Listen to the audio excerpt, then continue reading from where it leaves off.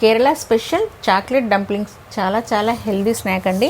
2 కప్పుల పచ్చి కొబ్బరి పొడిని ప్యాన్లో వేసి 5 నిమిషాలు లో ఫ్లేమ్లో ఫ్రై చేసుకోవాలి. తర్వాత గిన్నెలోకి 1 కప్పు బెల్లం తురుము, 1 టీ గ్లాస్ నీళ్లు వేసుకొని బెల్లాన్ని కరిగించుకొని రోస్ట్ చేసుకున్న పచ్చి కొబ్బరిలో వడగట్టుకోవాలి.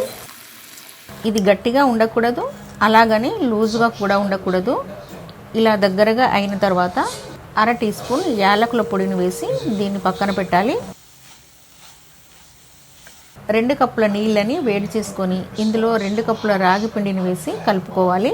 ఇలా దగ్గరగా అయిన తర్వాత కొద్దిగా నెయ్యిని వేసుకొని పిండి ముద్దని ఇలా రెడీ చేసుకోవాలి. అరచేతికి కొద్దిగా నెయ్యిని అప్లై చేసి పిండి ముద్దను తీసుకొని బాల్ లాగా చేసి ఇట్లా వత్తుకుంటూ మధ్యలో స్టఫింగ్ని పెట్టి క్లోజ్ చేయాలి. అన్నింటినీ ఇలా రెడీ చేసుకొని 10 నిమిషాలు స్టీమ్ చేసుకున్నామంటే చాక్లెట్ డంప్లింగ్స్ రెడీ అయిపోతాయి.